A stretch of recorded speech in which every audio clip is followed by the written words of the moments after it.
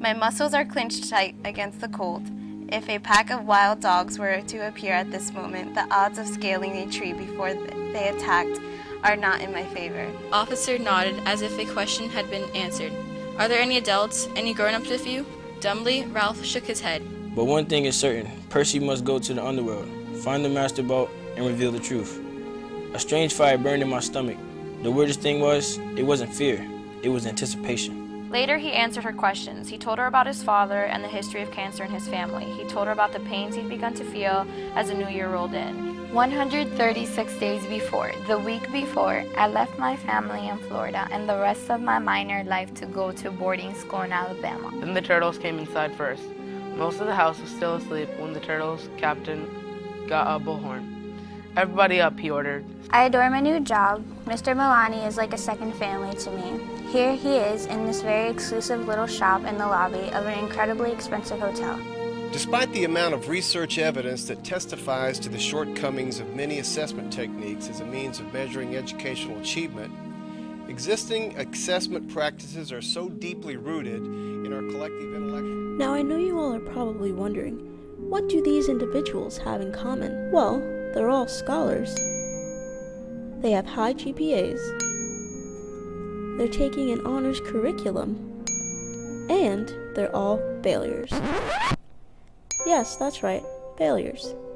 According to the FCAT, that's exactly what they are.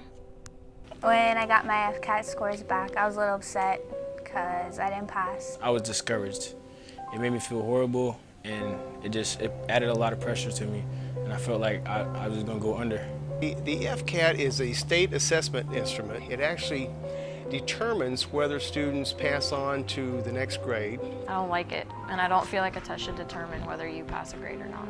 I honestly think the FCAT doesn't really show my capability. I have a 4.0 GPA, and I don't see how that reflects on my FCAT scores whatsoever. I've been on the school board for 14 years, and for years I've often wondered, why do our kids score so poorly on these tests? Well, considering FCAT was on my birthday, it kind of stressed me out. While you're trying to focus, all you can think is, I gotta pass, I gotta pass, I have to pass. I'm so concentrating on making sure that I do pass that I just get distracted and off track. I was so curious about it last year, in 2011, that I asked the district to give me something that was very similar to the 10th grade reading and math test. When I got my results back, I was shocked. It's like, how could that be? I remember telling the person who gave me the test, I said, isn't that like a 62%? And she said, yes, that's a 62%. I took it, failed it. My mom loved me, but still she had that look like, ugh, I can't believe you failed it. And it was a hard time for me. You just take it, you fail it, and then all those good GPAs, all those good grades, all those good test grades, they're nothing, so. Grades should prove whether or not you are good at reading or if you are capable of going to the next grade or not. I have taught over 18,000 teachers in America graduate courses, yet I've been labeled as a poor reader. The FCAT is a big problem. So FCAT's just not for everyone. FCAT seems to single out two kinds of smart, the ability to work with numbers and the ability to read letters, read words.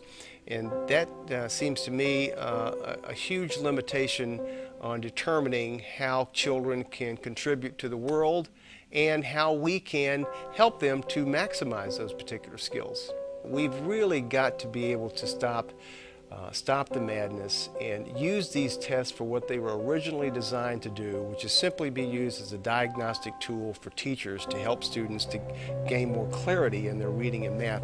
And it absolutely infuriates me that we can design a test and predict with great accuracy a 50 to 60% failure rate. That's not education. Failing a test does not now, nor will it ever, define who you are and what you are capable of.